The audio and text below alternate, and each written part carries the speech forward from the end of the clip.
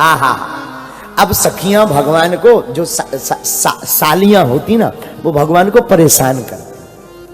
तो वहां की कुछ रानियां, हमारे प्रभु राम जी एकदम सीधे हैं, लक्ष्मण जी थोड़ा चटर फटर है, थोड़ा सा चटर पटर लक्ष्मण जी हैं, राम जी एकदम सीधे हैं। कुछ सखियां राम जी के पास आई, और आपको अवधी भाषा समझ आती है?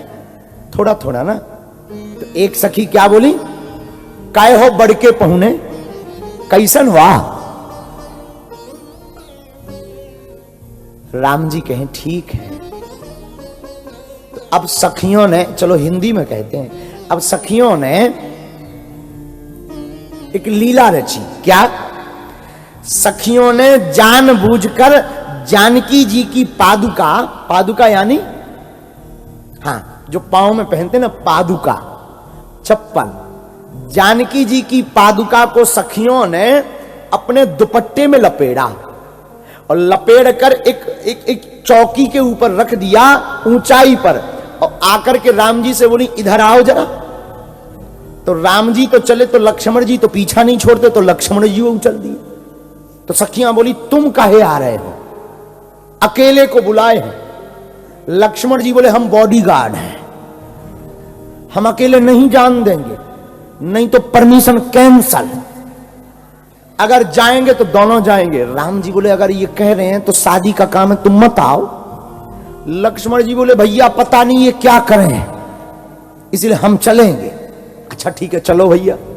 अब लक्ष्मण जी पीछे पीछे, राम जी आगे आगे, सखियां ले गईं। और सखियां क्या बोली, बोले महाराज सरकार ये जो आसन पे है ना, ये हमारे कुल देवता हैं, जरा प्रणाम करो, प्रणाम करो। लक्ष्मण जी तो बड़े चतुर, बोले रुक जाओ भैया, सखियों एक बात बताओ, ये कुल देवता तुम्हारे हैं तो हम क्यों प्रणाम करें? तुम्हारे कुल देवता हैं तो तुम प्रणाम करो ना। तो सखियां बोली नहीं नहीं ये शादी का नियम है। लक्ष्मण जी बोले हमारे यहां का नियम है कि अपने अपने कुल देवता को सब प्रणाम करते हैं, ये तुम्हारे कुल देवता हैं, तुम प्रणाम करो। राम जी बोले भाई अगर नियम है तो कर लेने दो ना। लक्ष्मण जी बोले हमें दाल में काला नहीं, पूरी दाल ही काली नजर आ रही है, और आपको विश्वास ना हो तो जरा हम कुल देवता की पोल खोलें। राम जी बोले खोलो। तो राम जी भागे भागे गए, सखियों ने खूब रोका। राम जी ने वो दुपट्टा उठाया, देखा हो ये भाभी मां के हैं पादुका। राम जी बोले बच गए। सखियां बोली एक बात बताएं तुम दोनों से। लक्ष्मण जी बोले बताओ। बोले तुम लोगों को चिट्ठी तो मिली नहीं, बिना चिट्ठी के ही आ गए। यहां जो यज्ञ धनुष यज्ञ हुई ना, इसकी चिट्ठी थोड़ी मिली, तुम तो बिना बुलाए आ जाते हो।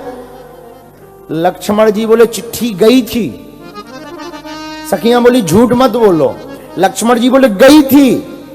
सखियां बोली हम तुम्हारी बात नहीं मानेंगे, अगर राम जी कह देंगे कि चिट्ठी गई थी तो मान लेंगे। तो लक्ष्मण जी हाथ जोड़ के बोले भैया कह दो कि चिट्ठी आई थी। राम जी बोले हम झूठ नहीं बोलेंगे। तो लक्ष्मण जी बोले ब्याह में झूठ तो बोलना पड़ता है, आप चिंता, आपको दिक्कत क्या है, आप कह दो ना, एक बार कह दो, नहीं तो हमारी नाक कट जाएगी, ये सब प्राण खा लेंगी। तो राम जी बोले हम झूठ नहीं बोलेंगे। तो सखियां बोली अच्छा बताओ राम जी आप बताओ चिट्ठी गई थी? तो राम जी ने कहा नहीं, चिट्ठी नहीं गई थी, नहीं गई थी चिट्ठी। राम जी ने सिर्फ इतना कहा नहीं गई थी चिट्ठी। सखियां बोली देख लिया लक्ष्मण जी तुम झूठ बोलते हो। लक्ष्मण जी बोले नहीं। तो प्रभु ने क्या कहा पहले गौर से सुनो। बोले क्या कहा? बोले राम जी ने कहा नहीं गई थी चिट्ठी। राम जी ने तो सत्य बोला, नहीं गई थी चिट्ठी। लक्ष्मण जी बोले पता है सखियों प्रभु का बोले? प्रभु बोले नहीं गई थी चिट्ठी। राम जी से बोले अगर नहीं धीरे से कह देते का बिगड़ जाता, इतना जोर ना हमें लगाना पड़ता। सखियां समझ गई कि बड़के सरकार तो बहुत सीधे हैं, ये छुटका बड़ा तेज है, ये छुटके सरकार है ना तो बहुत डेंजर बा। तो क्या किया जाए? सखियां सताती हैं लक्ष्मण जी को। काय हो छुटके पहुने, वहां पहुने कहते हैं पहुने बोले तो जीजा जी को, दमाद को। हाँ, आप समझ रहे हैं ना, तो इसका भी आनंद लो, ये भी एक रस है। तो सखियां क्या बोली, काय हो छुटके पहुने ही आवा, ही आवा। तो लक्ष्मण जी बोले आए गए लो, बता बाहू। तो सखियां बोली एक बात बतावे। हाँ हाँ, हमने सुना है तुम्हारे यहां पिताजी की जरूरत नहीं पड़ती है, खीर से पुत्र पैदा हो जाते हैं। क्योंकि राम जी, लक्ष्मण जी, भरत जी, शत्रुघ्न जी ये अग्नि के खीर से प्रकट भये। तो सखियां मजाक मजाक में बहुत बड़ी बात बोल दी, बोली सुना है हमने अयोध्या में पिता की जरूरत नहीं है, बिना पिता के खीर से लड़का पैदा हो जाता है। लेकिन लक्ष्मण जी भी कम नहीं, बोले धन्यवाद देवियो, आपने सच कहा, हमारे यहां खीर से पैदा होते हैं लड़के, पर माता जी की जरूरत पड़ती है। लेकिन हमने सुना जनकपुर में तो माता पिता किसी की जरूरत नहीं, पृथ्वी से बिटिया पैदा होती है।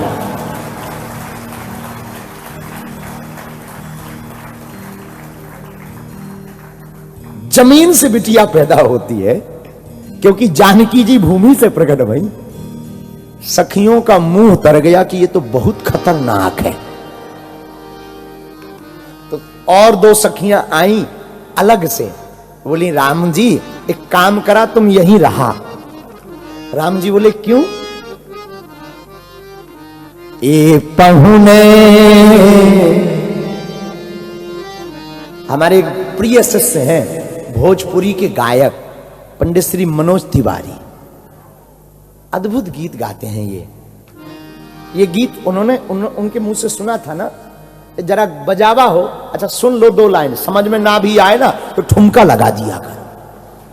हमें खुद नहीं तुम्हारी अंग्रेजी समझ में आती है, लेकिन हम दांत निकालते रहते ना, हा हा हा, हा? हा? हमें भी तो समझ में नहीं आती। जैसे तुम्हारी दशा है ना आज की कथा में, वैसे हमारी दशा होती है, क्योंकि हमको भी समझ में नहीं आती है ना।